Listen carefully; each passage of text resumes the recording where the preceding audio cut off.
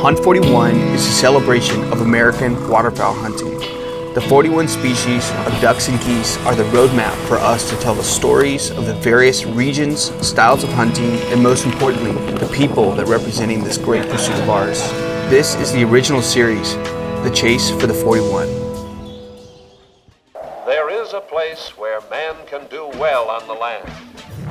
The Great Plains of North America were once one vast natural pasture. French explorers gave it the name prairie.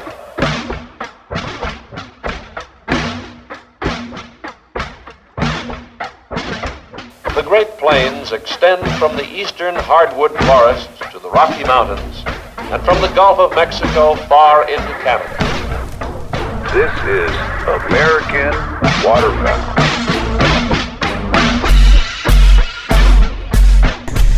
I'm the fourth generation on the current homestead we're on from my grandfather. We've grown to the place we're at because my grandfather basically, but his father did farm, moved a house onto it, and homestead there.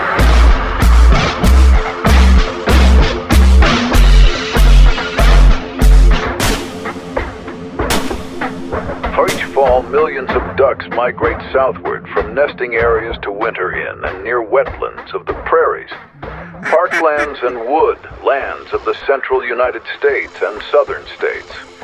The reproductive success or failure of these duck populations is largely determined during spring and summer, during the northern migration to back to nesting grounds.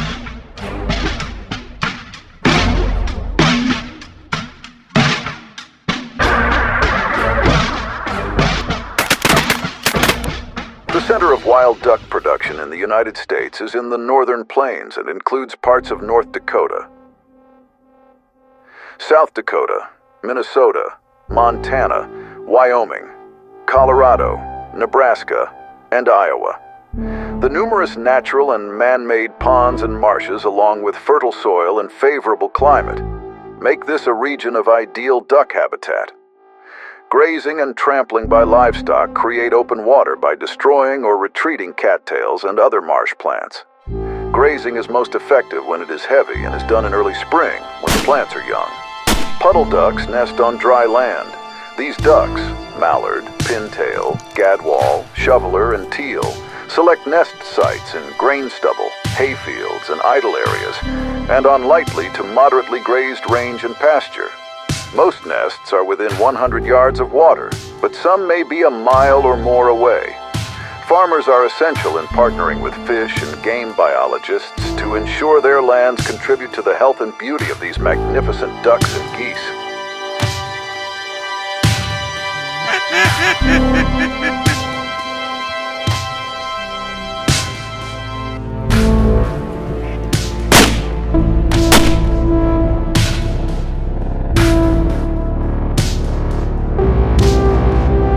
In the northern plains, where ducks breed and raise their young, it is easy to overhunt an area early in the season.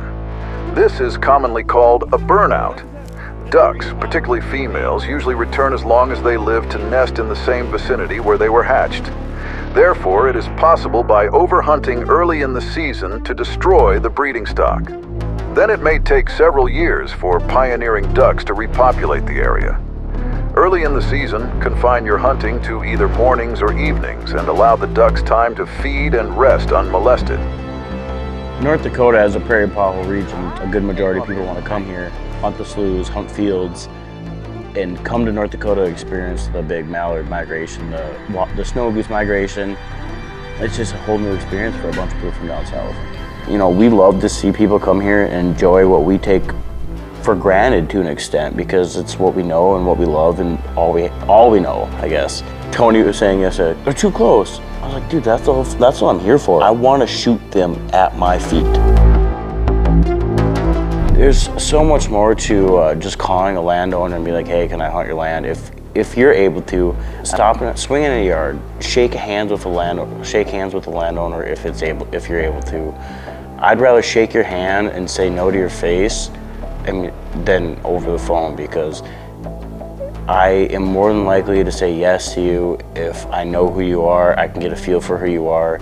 At the end of the day, that's our life, like that's our land. That is all we have, no matter what.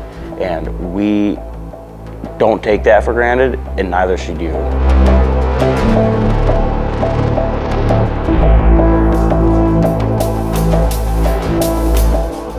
Like 500 fish lakes in the state.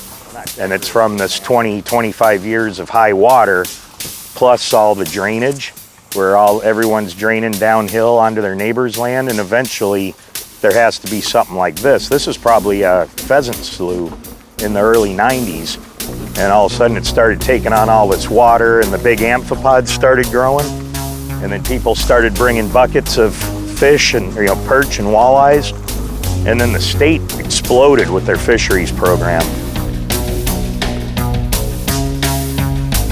Yeah, I probably haven't run this boat since July.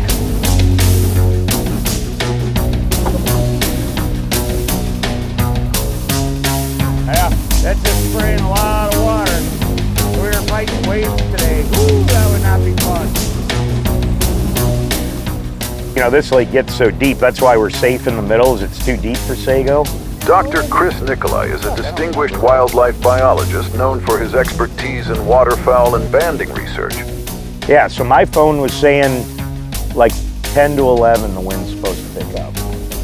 He works extensively with geese, swans, and ducks, with a particular focus on migration patterns, population dynamics, and conservation strategies. Throughout his career, he's contributed significantly to research aimed at understanding bird behavior and aiding in wildlife management practices. Dr. Nicolai is also recognized for his public outreach efforts, making complex biological topics accessible to broader audiences. He is deeply passionate about understanding and conserving waterfowl populations, especially through detailed research into migration patterns, breeding, and survival rates. His enthusiasm centers on how these birds adapt to changing environments and how management practices can support sustainable populations.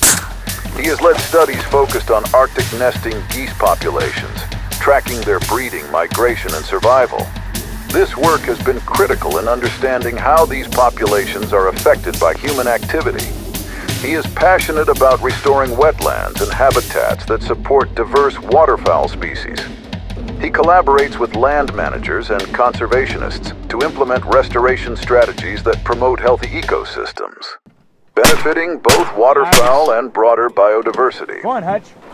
Delta, it's the oldest waterfowl group in the country or in the world.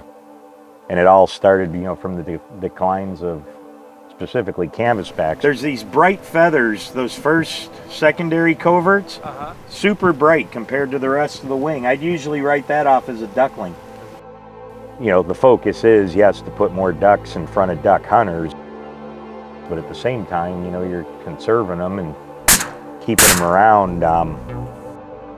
We're working right now trying to figure out how to increase overwater nesting duck success. Canvasback or a redhead would be happy right here, breaking over all these bulrush and cattails and making a little mound and nesting right here. But, I just ran some of the results from this week where we're trapping or not trapping, and then we're monitoring the upland nests and the overwater nests. And we'll go there and we'll get the same result like we get right over here in North Dakota for upland nests. We'll take it without trapping, it's 4% nest success. With trapping, it'll be 40%. This is a big one. If you look at all the news you've heard the last few years about all the declining bird species, and grassland nesting birds are one of them with the biggest decline. So that's basically everything that's nesting around here, excluding the wetland birds. They definitely pulled the ducks and geese out, and they're plummeting. And I'd be willing to bet too, it's a lot of this predator community that's just not what we're used to. Is that good or bad? Where's our benchmark? I don't know. I'm not the right person to say where the benchmark is, but we've lost almost all our trappers. That was a pretty big thing until 20 years ago, 25 years ago. And since settlement, people always trapped, and now that's not here anymore. Delta has expanded its predator management research in North Dakota, and are now developing projects to further assess the effectiveness of our trapping efforts. This project will expand beyond monitoring nest success to simultaneously measure brood survival and the total number of ducklings produced across 3 trapped and 3 non-trapped study blocks. Dr. Nikolai's studies have demonstrated that these trapping and banding efforts are vital not only for species conservation, but also for a broader ecological understanding.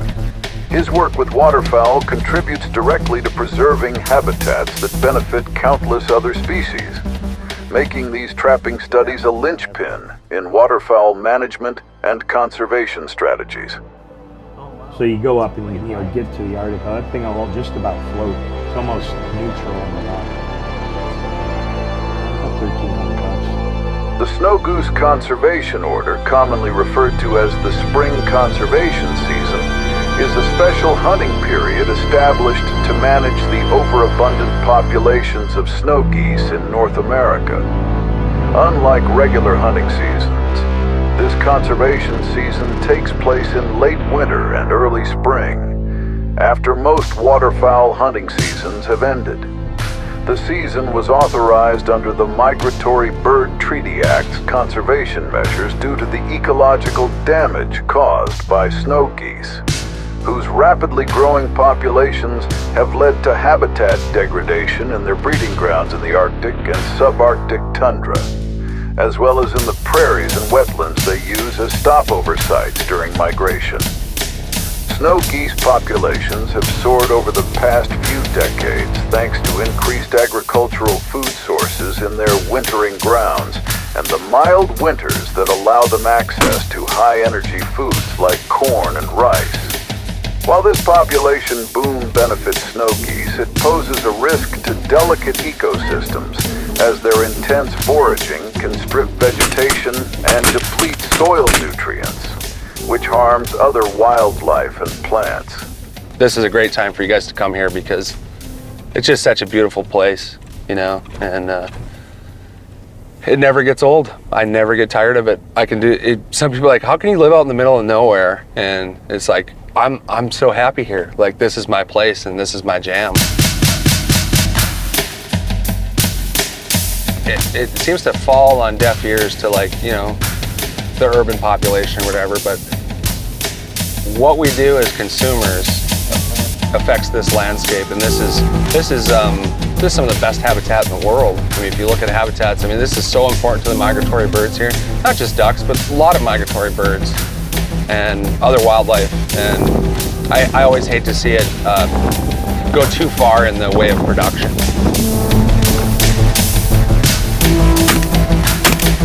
If you're some duck hunter in the southern U.S. and you're like, the ducks are coming, it's like, this is where the ducks come from, man, and it's not all hunky-dory here. Like, there are real issues that need to be addressed, and I just want to make people aware of it, because then if they're aware of it, they can think on it and come up with their own way of maybe thinking about it critically and then hopefully supporting it.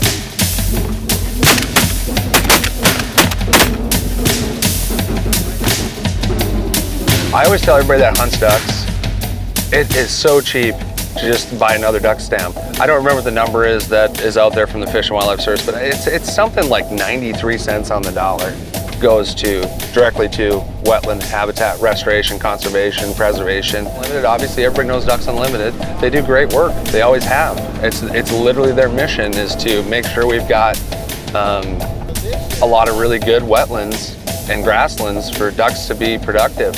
And that's pretty much it. And then, Delta waterfowl. Delta waterfowl historically did a lot of really innovative research that helped us understand ducks a lot more. And then they sort of segued and transitioned into being sort of what they call now is the Duck Hunters Organization. And what they're doing is they're kind of standing up for the duck hunter who's going by the wayside and making sure that they're supporting everything that duck hunters are interested in.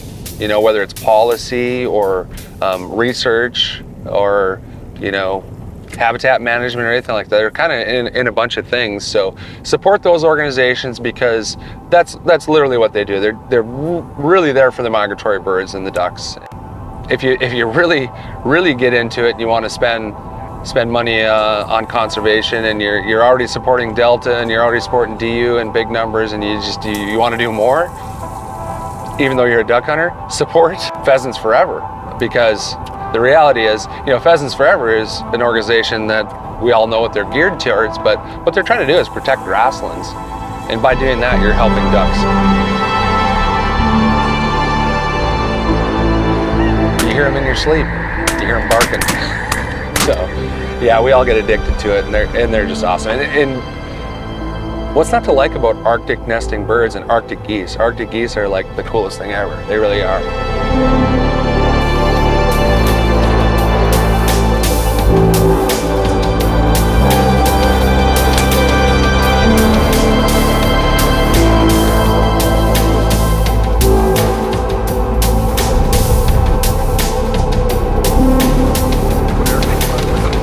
Rossies lose their gray a lot quicker than snows will. If you look, it's almost white already. Yeah. People come to North Dakota. Yep, that's one thing you can do, but there's a lot of different things you can do. There's so many different types of wetlands, so many different types of birds that you can hunt, and in so many different ways. I think that's what makes it unique. Everybody wants to take hunting trips. I want to come take a hunting trip to your state probably for some specific reason. But we get inundated here, and people don't think about that. Be respectful of the landowners, number one, because we're all in this together. We all want to get out there and hunt. And don't have a guy close off his land to hunting because we're not respectful. As hunters in general, we're the ones that care about these animals, and we're the ones that care about the resource, so let's not ruin it for other guys. Come here with the expectation that you're here to have fun and see a really cool landscape with a lot of wetlands that means everything to duck production in this country. From all of us at Hunt 41, this is American Waterfowl.